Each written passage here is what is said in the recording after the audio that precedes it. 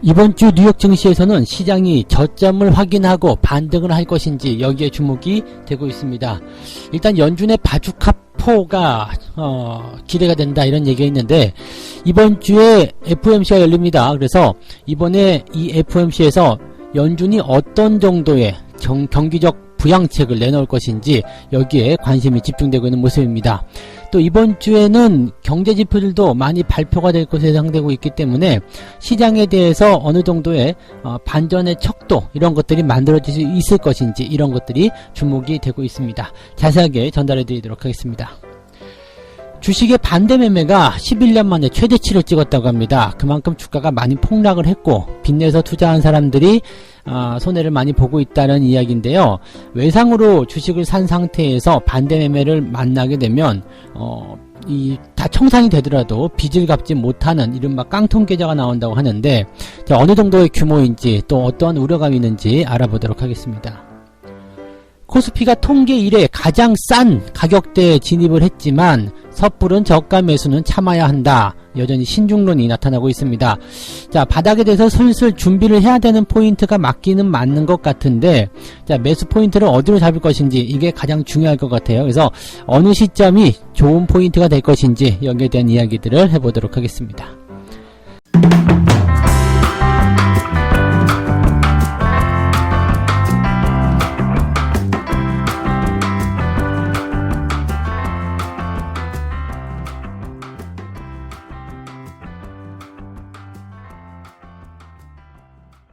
네, 반갑습니다. 오늘은 3월 16일 월요일입니다. 자, 새로운 한 주가 시작이 됐고요. 이번 주에는 지난주까지 있었던 그 폭락의 변동성 이런 것들을 어떤 식으로 시장이 해소를 해줄 것인지 또 정책적인 이슈들이 어떻게 나올 것인지 여기에 주목이 되고 있는 그러한 사안들이라고 보시면 되겠습니다.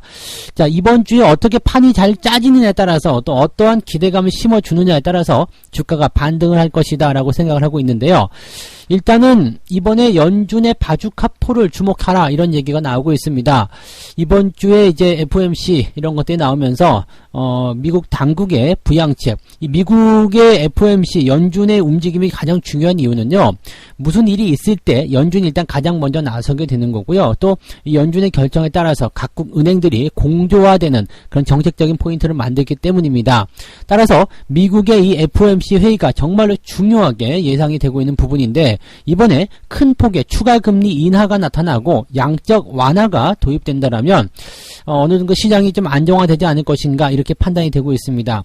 일단 지난 3월 첫째 주에 연준이 이제 기습적으로 긴급 금리 인하를 0.5%포인트를 했단 말이에요. 근데 여기서 이제 추가적으로 금리 인하가 나오는 것은 0.25 정도가 될 것이다. 그래서 이번에 3월 달에 만들어지는 금리 인하 폭은 다 합쳐서 0.75가 될 것이다 라는 것이 이제 시장의 지배적인 룰이었어요. 그런데 지난주에 주가가 변동을 이렇게 크게 보이다 보니까 우려감들이 굉장히 커졌고 투자자들이 패닉 상태로 접어들게 됐죠. 그래서 이번에 더 많이 금리를 인하할 수도 있을 것 같다라는 판단이 또 되기도 합니다. 그래서 현재 시점에서는 금리를 0.25 이런 것이 아니라 그냥 1%포인트를 내릴 수도 있다라는 얘기가 나오고 있습니다. 그래서 지금 이 정도까지 금리를 낮추게 되면은 상당한 포지션이 될 것 같은데요. 그러니까 그냥 바로 제로금리까지 가자 해가지고 1%포인트를 낮추게 된다라면 지금 앞서서 한 금리 인하가 0.5%에 지금 추가적으로 하게 되면 이번 달만 1.5% 금리 인하가 나타난단 말이에요. 그러니까 사실 그렇게까지 하겠어 라고 생각이 될 수도 있겠는데 골드만삭스, JP모건, 그 다음에 뱅크 오브 아메리카 이런 유수의 기관들이 이런 전망을 하고 있다라고 합니다. 1%포인트 낮출 것이다. 그래서 바로 제로금리로 들어가게 될 것이다 라는 가능성들을 보여주고 있는 모습이기도 합니다. 여기에다가 연준이 양적 완화를 또 전격적으로 도입할 것이다라는 얘기도 있죠. 금리 인하와 양적 완화가 동시에 들어가게 된다면 시장에서는 어마어마한 그런 기대치가 나타날 수도 있습니다. 일단 스티브 무누신 미국 재무장관이 연준의 유동성 확대를 위해서 무엇이든지 할 것이라고 공언을 했다라고 합니다. 그러니까 무엇이든 하겠다.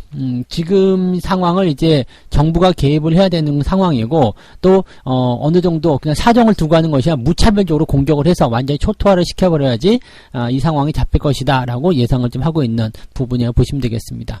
이런 기조를 따라서 뭐 일본이라든지 또는 이제 각 나라들 뭐 미국뿐만 아니라 다른 유럽의 다른 나라들, 뭐 우리나라도 마찬가지겠죠. 그래서 이런 긴급적인 어떤 상황들이 계속적으로 나타나지 않겠는가 생각되고요. 지난주에도 한번 잠깐 말씀드리긴 했습니다만은 이렇게 타겟팅을 해서 직접적인 경제정책을 콕 집어서 진행을 하게 되면은 일단 시장에는 어떤 문제점에 대한 그런 그 표적 관리가 되기 때문에 긍정적인 상황으로 받아들여지게 됩니다. 그러니까 주가가 상승할 수 있는 배경은 충분히 만들어질 수 있겠다라고 좀 우리가 볼 수 있는 내용이고요.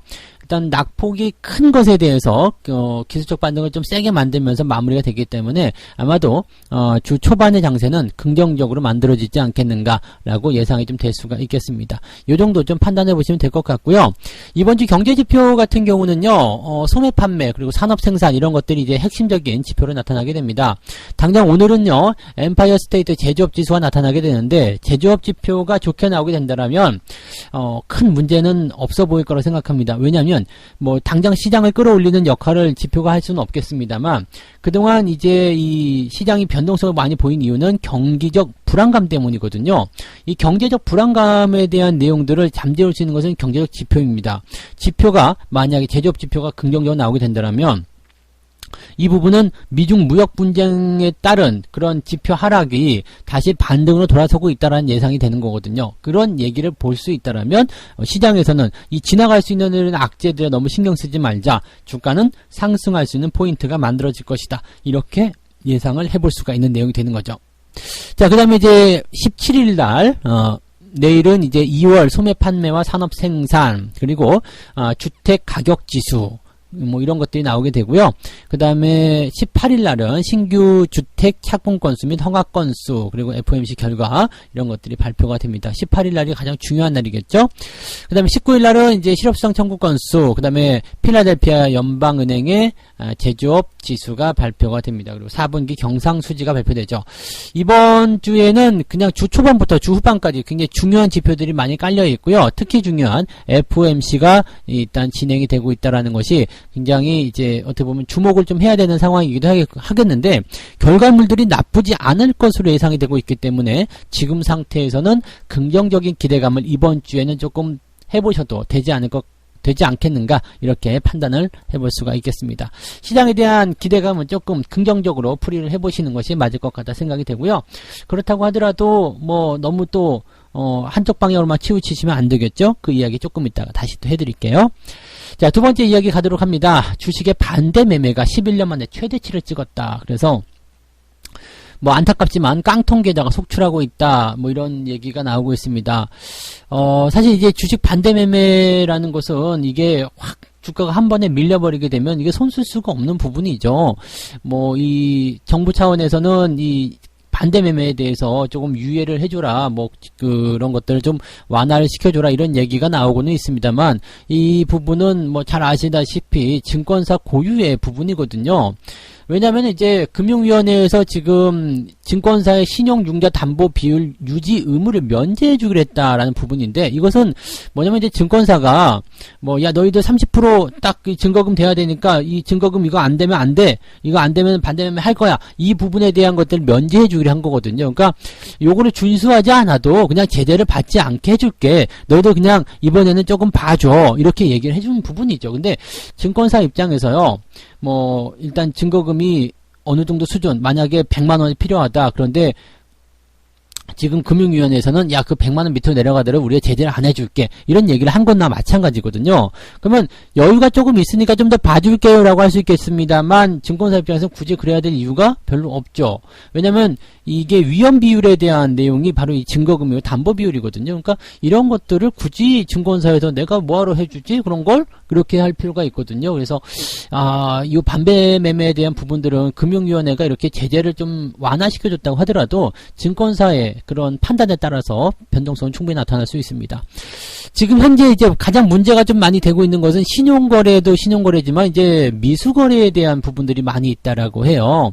이 미수는 뭔지 아시죠? 그냥 잠깐 빌리는 거예요. 잠깐. 지금 주식을 사고 싶은데 돈이 별로 없기 때문에 일단은 내가 가진 이 현금, 이 주식을 담보로 해가지고 조금 더 많은 주식을 사들일 수 있는 그런 것이 이제 미수거래인데, 이 미수거래 하게 되면은 3일 후에 돈을 갚아야 됩니다.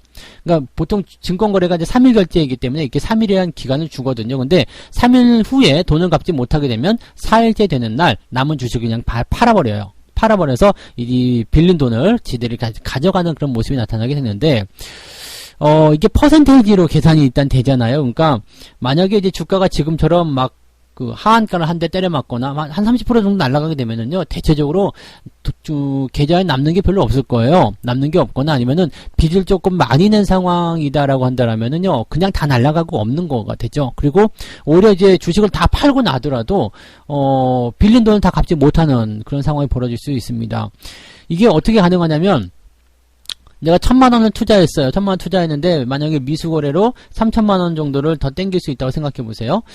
이게 비율마다 다 다르긴 하겠습니다만 일단 그런 식으로 계산해 보면요, 나는 1,000만원이지만 총 4,000만원의 자금을 이 주식에 투자를 할 수 있는 상태가 벌어지게 됩니다. 그러면 어떤 상황이 벌어지게 되냐면 4,000만원으로 투자를 하게 되는 상황인데, 만약에 하한가를 한 대 때려 맞았어요. 그러면 3, 4, 12가 되는 거죠. 30%가 넘는 하락세가 만들어지게 되면 1,200만원이 날아가거든요. 그럼 내가 가진 1,000만원, 이건 원금은 이미 없어진 거고요. 그 다음에 200만원이 마이너스가 나는 거거든요. 그러니까 증권사 입장에서는 한 20%만 됐을 때 팔아버려도 이제 남는 거는 얼마 있으니까 지들이 챙기면 되는데, 그게 아니라 이렇게 30% 정도 이상 까져버렸을 때 매도를 시켜버리게 되면 원금은 다 날아가고 빚이 남게 되는 그런 상황이 되는 거죠. 이 미수금 규모가 계속적으로 증가를 하게 되면서 여기에 대해서 반대 매매가 나온 부분들이 굉장히 크게 나타났다고 얘기가 되고 있습니다. 이 폭락이 나왔을 때는 반대 매매가 갑자기 이게 커지는 경우들이 많이 있는데, 방금 전에 말씀드렸듯이 원금이 전부 다 날아가 버린다거나 이런 상황이 됐을 때는 증권사에서도 어쩔 수 없을 거예요. 그냥 유예 이런 부분들 생각할 수가 없는 상황이고, 그냥 안 되겠다, 다 팝시다 라고 예상이 될 수밖에 없는 거라서, 반대 매매 규모가 정책적으로 조금 줄어들 수 있다라고 하더라도 이 부분들이 줄어든다거나 이렇게 나올 것 같지는 않아요. 그래서 정책적으로 완화가 됐다고 해서 이것이 반대 매매 규모가 많이 줄어들어서 시장에서 뭔가 또 여유가 될 것이다, 그렇지는 않을 것 같아 보이기 때문에 개인들의 투자는 여전하지 않을까 생각합니다. 항상 문제는 뭐였냐면 빚을 내서 투자하는 거, 신용을 써서 투자하는 거, 그것이 문제였다는 거 잊지 마시고요. 장이 좋을 때든 나쁠 때든 뭔가 기회가 보일 때든 안 보일 때든 간에 항상 정도를 유지하시기 바랍니다. 그래서 빚내서 투자하지 말자, 다시 한번 강조드리는 내용이라고 말씀드릴 수 있겠습니다. 빚내서 투자하지 마세요. 네. 자, 세 번째 이야기 가도록 하겠습니다. 코스피가 통계 이래 가장 싼 가격대를 형성하고 있긴 한데, 섣부른 저가 매수는 하지 말아야 한다라고 이야기를 하고 있습니다. 당연한 이야기일 수도 있겠습니다만은, 일단 바닥을 잡았다라는 어떤 판단이 아직까지는 불분명하다라는 얘기가 되는 거겠죠. 지금 현재 상황을 보게 되면 이 코스피 시장의 밸류에이션이 역대 최저 수준을 경신했다라고 되어 있습니다. 기업들이 돈을 벌어들이는 것에 비해서 기업적인 가치가 상당히 저평가되고 있다는 부분들인데, 지금 같은 상태로 본다라면 기업들의 주가가 내려가면 내려갈수록 더 많은 기대치를 가져가게 될 것이다. 더 많은 그런 저평가 매력도가 부각이 될 것이라고 되고는 있습니다. 근데 이제 문제는 뭐냐면, 저평가 매력이라고 해가지고 그냥 막 살 수는 없다는 이야기죠. 왜냐면 이게 경제 공황이나 과거에 있었던 어떤 변동성이 커졌었던 그런 상황을 좀 보게 된다면, 그 이슈가 완전히 사그라들기 전까지는 주가는 얼마든지 더 폭락할 수 있다라는 그런 계산들이 나오는 거거든요. 그러니까 기업의 가치보다 저평가가 됐다고 해서 그것이 바닥이다, 싸다, 매수의 타이밍이다라고 딱 볼 수가 없는 거예요.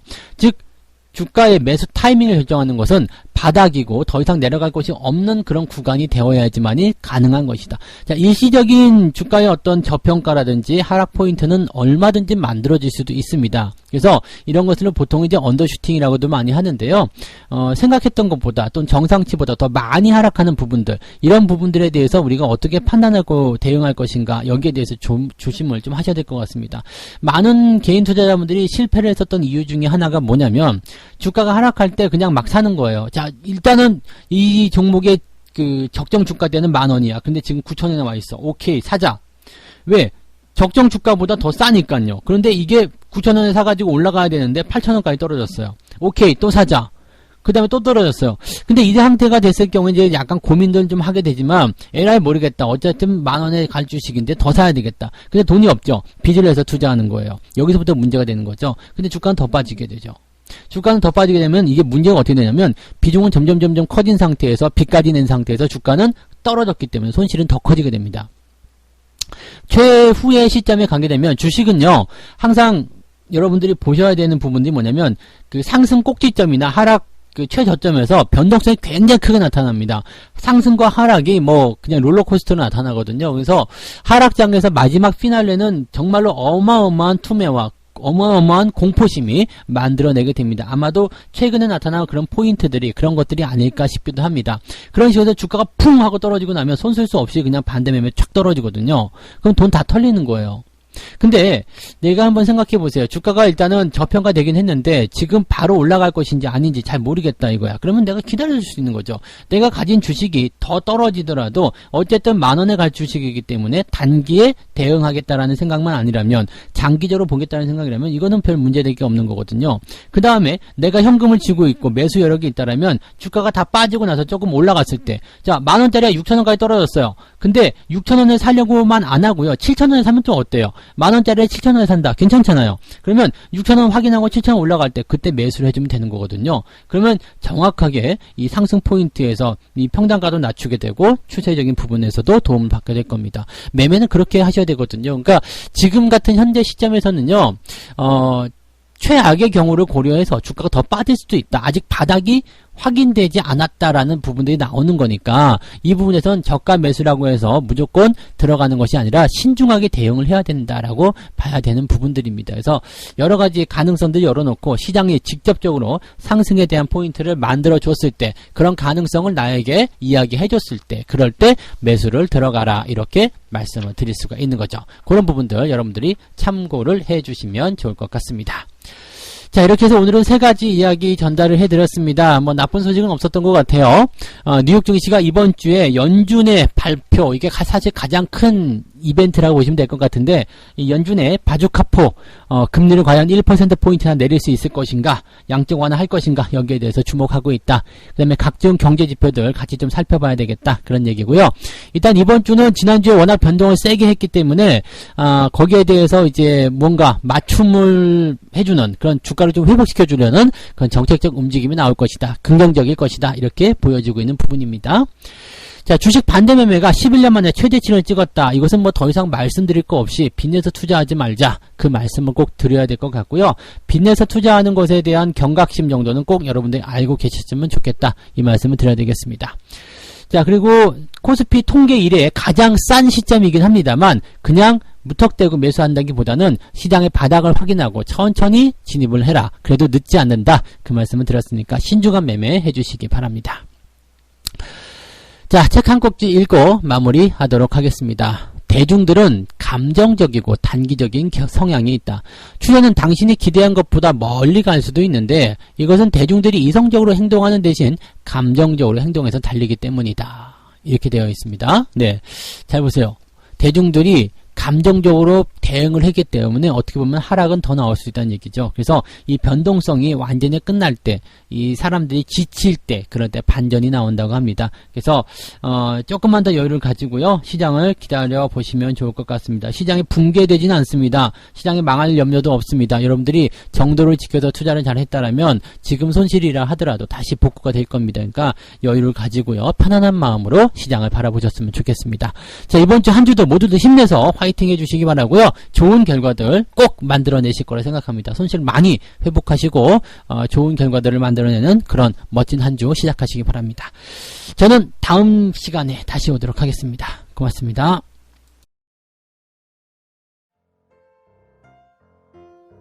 본 방송에서 제공되는 모든 정보는 투자 판단의 참고 자료이며 투자의 최종 책임은 본 방송을 이용하는 본인에게 있습니다.